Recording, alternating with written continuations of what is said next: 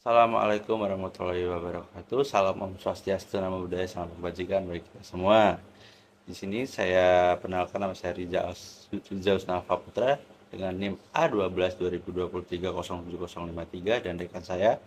Saya Muhammad Zaki Hanan Alim dengan NIM A12 123 00974. Izin mempresentasikan hasil dari diskusi kelompok kami mengenai observasi pada PT Telkom Indonesia. Pertama-tama masuk ke dalam company profile. PT Telekomunikasi Indonesia (TBK) atau biasa disebut Telkom adalah penyedia layanan telekomunikasi dan digital terbesar di Indonesia. Didirikan pada tahun 1856, perusahaan ini telah berkembang dari penyedia layanan telegraf menjadi perusahaan telekomunikasi digital yang komprehensif. Telkom menyediakan berbagai layanan termasuk layanan tetap, komunikasi seluler, layanan internet, dan juga data, jaringan, dan layanan interkoneksi, serta layanan digital. Baik, kita masuk ke dalam bagian identifikasi permasalahan. Identifikasi permasalahan yang ditemukan yang pertama adalah degradasi segmen B2C atau business to konsumen. Pasca implementasi, migrasi layanan IndiHome ke Telkomsel terjadi penurunan signifikan sebesar 7% pada pendapatan segmen B2C di wilayah operasional Semarang. Nah, kemudian ditemukan adalah fenomena kejenuhan kapasitas jaringan broadband. Nah, lonjakan trafik data pengguna mencapai hingga 40% selama sepanjang tahun 2024 sebagai konsekuensi akselerasi adopsi layanan digital. Konsekuensi yang didapatkan yaitu berupa penurunan kualitas kecepatan akses broadband terutama pada kawasan dengan densitas penggunaan yang tinggi. Nah, kemudian masalah yang ketiga ada itu ketidaksempurnaan integrasi database pelanggan. Proses transisi data pengguna IndiHome ke infrastruktur Telkomsel di wilayah Semarang mengalami hambatan teknis seperti manifestasi permasalahan meliputi duplikasi entry data, anomali sistem penagihan, dan eskalasi keluhan pelayanan penggunaan layanan. Yang keempat ada intensifikasi risiko keamanan informasi. Dokumentasi keamanan mencatat hingga 18 insiden percobaan pelanggaran keamanan terhadap repositori data pelanggan broadband sepanjang tahun 2024. Nah, indikasi ini menunjukkan kerentanan dalam arsitektur keamanan digital yang memerlukan penanganan sesegera mungkin. Masalah yang ditemukan selanjutnya adalah suboptimalisasi manajemen infrastruktur jaringan. Nah, proses modernisasi infrastruktur di Semarang belum sepenuhnya tuntas dengan masih eksisnya infrastruktur berbasis kabel tembaga yang belum terintegrasi ke dalam teknologi fiber optik. Nah, kemudian yang terakhir ada disparitas kualitas layanan antar wilayah. Pada segmen Semarang, wilayah pinggiran tingkat Semarang pinggiran yaitu tingkat kesediaan jaringan network uptime hanya mencapai 89%. Angka ini jauh di bawah standar layanan yang ditargetkan sebesar 98%, berdampak pada tingkat kepuasan pelanggan yang cenderung rendah. Selanjutnya masuk ke dalam pemetaan permasalahan ke dalam domain COVID-5. Permasalahan pertama yaitu degradasi pendapatan B2C atau biasa disebut business to customer pada domain APO dengan subdomain proses APO 02 yaitu pada bagian manage strategi dengan relevansi penanganan kebutuhan reorientasi strategi bisnis regional Semarang dengan fokus pengembangan segmen B2B, business to business. Selanjutnya nomor 2, permasalahan kejenuhan kapasitas broadband termasuk dalam domain COVID-5 bagian DSS dengan proses subdomain DSS 01 ya bagian manage operation yang dimana urgensi optimalisasi manajemen trafik dan penyeimbangan sumber daya jaringan. Selanjutnya masuk ke permasalahan ketiga yaitu ketidaksempurnaan integrasi data masuk ke dalam domain APO dengan subdomain APO 03 di bagian Manage Enterprise Arsitektur, di mana kebutuhan harmonisasi sistem dalam konteks migrasi data pelanggan. Selanjutnya pada permasalahan keempat yaitu resiko keamanan informasi termasuk ke dalam domain DSS pada proses subdomain DSS 05 bagian Manage Security Service yang dimana imperatif penguatan protokol keamanan data pelanggan. Selanjutnya permasalahan nomor 5 yaitu suboptimalisasi aset jaringan termasuk pada domain BAI dengan proses subdomain BAI 09 yaitu pada manage asset, yaitu di mana urgensi pembaharuan basis data aset dan akselerasi penggantian infrastruktur yang telah usang. Selanjutnya pada permasalahan yang terakhir yaitu permasalahan ke-6 yaitu disparitas kualitas layanan termasuk pada domain MEA dengan proses subdomain MH01 yaitu monitor, evaluate, and assess performance, di mana kebutuhan peningkatan sistem monitoring dan evaluasi service level agreement broadband. Baik, selanjutnya ada deskripsi proses dari domain ke subdomain yang terpilih dalam COVID 5. Nah, beberapa domain yang terpilih yaitu terdapat APO 02 yaitu manage strategi. Nah, pengembangan dan implementasi strategi teknologi informasi yang adaptif terhadap dinamika pasar di tengah dengan fokus orientasi portofolio layanan Semarang ke segmen bisnis to bisnis. Sasaran utama mencakup seperti sektor UMKM, lokal, institusi pendidikan, dan entitas korporasi regional. Yang kedua itu ada DSS 01 yaitu manage operation. Nah, pengelolaan operasional jaringan broadband dengan pendekatan responsif yang meliputi implementasi, penyeimbangan beban, perluasan waktu respons, perluasan kapasitas bandwidth strategis, dan minimalisasi waktu respons sistem pada zona dengan konsentrasi penggunaan tinggi. Berikutnya ada subdomain APO 03 yaitu untuk manage enterprise architecture. Nah, formasi cetak biru teknologi ini untuk mengintegrasi sistem antara infrastruktur IndiHome dan ekosistem Telkomsel, termasuk proses pembersihan data pelanggan untuk eliminasi redundasi informasi. Kemudian ada DSS 05 yaitu adalah Managed Security Services, yaitu untuk konstruksi sistem perlindungan aset digital komprehensif melalui implementasi mekanisme pencegahan intrusi jaringan, autentikasi multifaktor untuk akses pelanggan dan pengawasan keamanan secara real time. Kemudian ada subdomain BAI 09 yaitu manage asset. Pelaksanaan inventarisasi menyeluruh terhadap infrastruktur jaringan Semarang dengan prioritasi program migrasi ke teknologi kabel dengan fiber optik dan decommissioning infrastruktur berbasis kabel tembaga. Yang terakhir ada domain MEA 01 yaitu untuk memonitor, evaluate, dan assess performance. Pengembangan sistem monitoring parameter kritis jaringan di seluruh cakupan wilayah operasional disertai dengan evaluasi periodik bulanan terhadap pencapaian service level agreement untuk perbaikan berkelanjutan.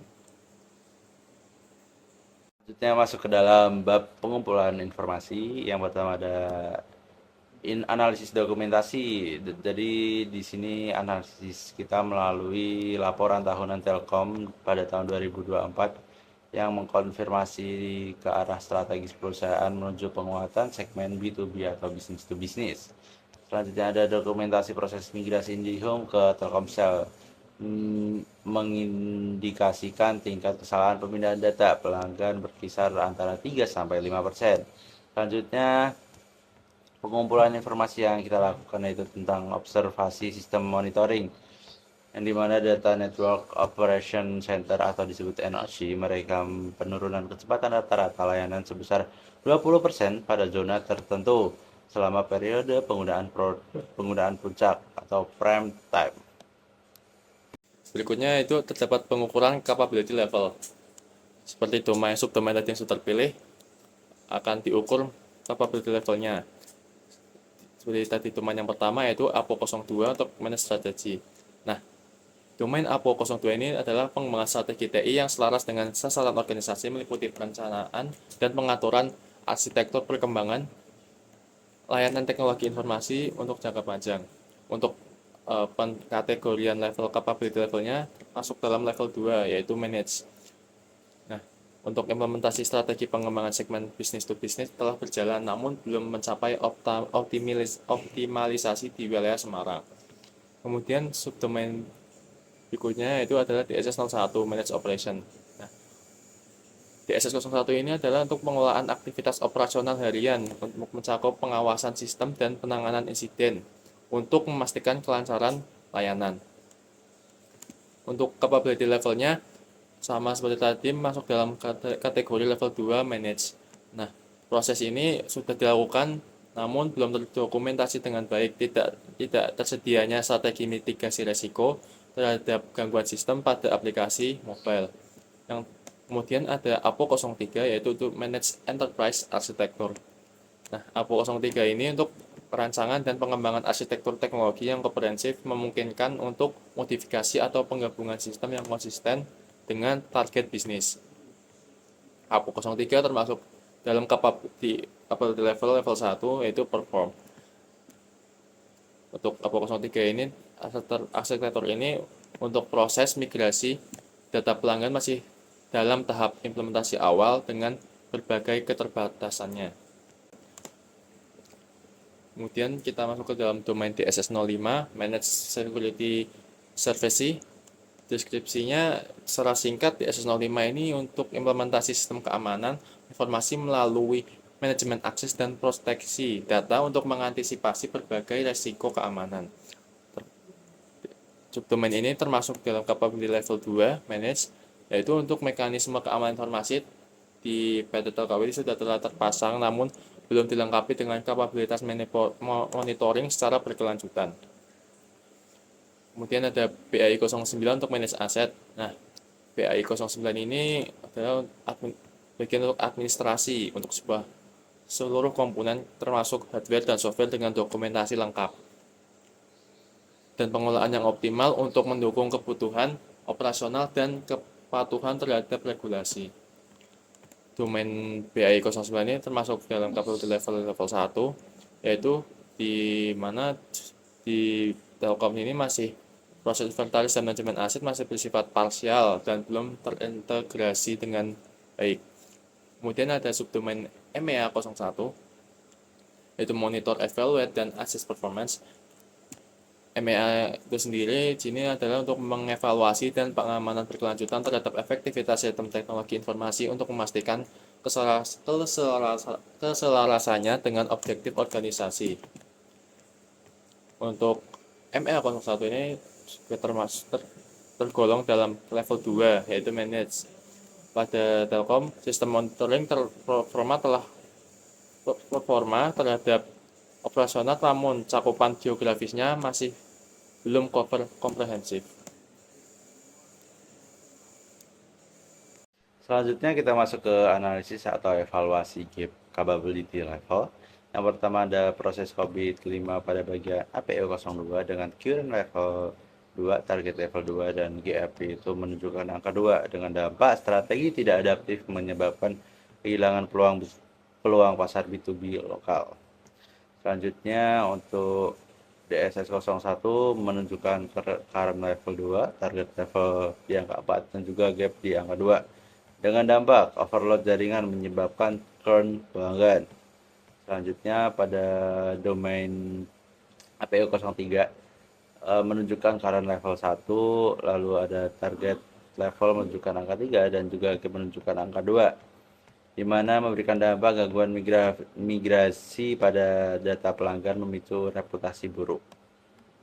Selanjutnya nomor 4, analisis pada gap capability level. Pada DSS05 menunjukkan current level di angka 2 dengan target level di angka 4 dan menunjukkan GAP di angka 2 dengan memberikan dampak keamanan data lemah, meningkatkan resiko breach dan kehilangan kepercayaan terhadap pelanggan.